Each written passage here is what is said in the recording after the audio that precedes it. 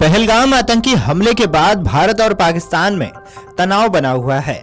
आतंकिस्तान की कमर तोड़ने के लिए भारत ने एड़ी चोटी का जोड़ लगा दिया है, जिसको देखकर सभी हैरान हैं।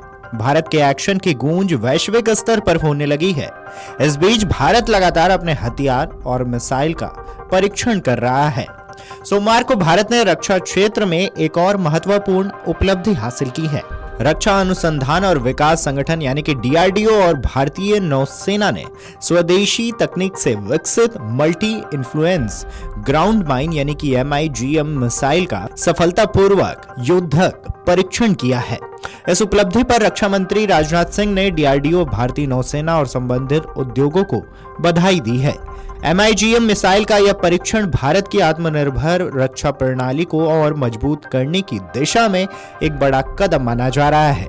यह मिसाइल अत्याधुनिक स्वदेशी तकनीक पर आधारित है, जो भारतीय नौसेना की सामरिक क्षमताओं को बढ़ाने में महत्वपूर्ण भूमिका निभाएगी।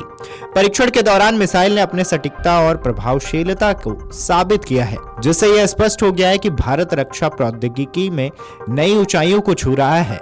रक्षा मंत्री राजनाथ सिंह ने अपने बधाई संदेश में कहा, MIGM मिसाइल का सफल परीक्षण भारत की रक्षा अनुसंधान और स्वदेशी तकनीक में बढ़ती ताकत का प्रतीक है।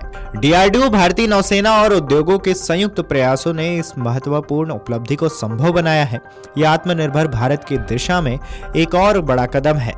बीते 22 अप्रैल को जम्मू कश्मीर के पहलगाम में हुए आतंकी हमले के बाद भारत ने अपनी सैन्य तैयारियों को और मजबूत करने के लिए कई हथियारों का परीक्षण किया है।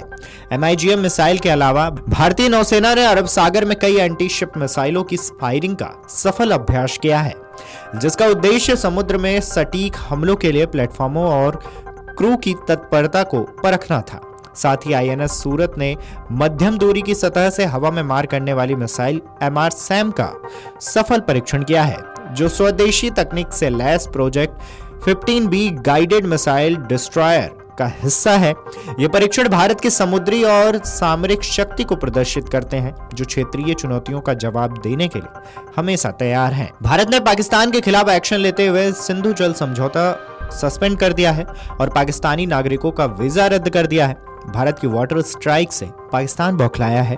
अब भारत IMF से पाकिस्तान से मिलने वाले फंड को रोकने की कोशिश कर रहा है। बता दें कि बीते 22 अप्रैल को जम्मू कश्मीर के पहलगाम में हुए आतंकवादी हमले में 26 लोगों की जान गई थी, जिनमें ज्यादातर पर्यटक थे। यह हमला साल 2019 के पुलवामा हमले के बाद सबसे बड़ा आतंकी हमला माना जा रहा है। भारत ने इस हमले के बाद कड़े कदम उठाए हैं। इसमें 1960 की सिंधु जल संधि को निलंबित करने का ऐलान भी शामिल है, जो दोनों देशों के बीच जल बंटवारे को लेकर बनी थी। वहीं प्रधानमंत्री नरेंद्र मोदी ने इस हमले के बाद 24 अप्रैल को कहा है कि इस हमले के दोषियों और उनके मददगारों को सख्त सजा दी जाएगी। वहीं रक्षा मंत्री के भी एक्शन पाकिस्तान के खिलाफ देखने को मिल रहे हैं। 29 अप्रैल को उच्च स्तरीय बैठक में मोदी ने सेना को पूरी आजादी दी और जवाबी कार्रवाई का तरीका और लक्ष्य और समय खुद तय करने के निर्देश दिए। फिलहाल दोनों देशों के रिश्ते फिर से तनावपूर्ण दौर में हैं और पूरी दुनिया की नजर इस पर टिकी हुई है। Video desk amarujala.com।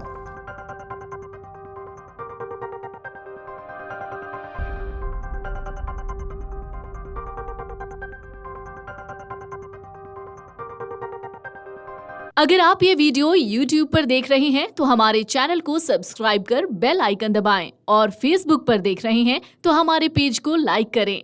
8 million plus subscriber, आपके इस भरोसे के लिए बहुत धन्यवाद।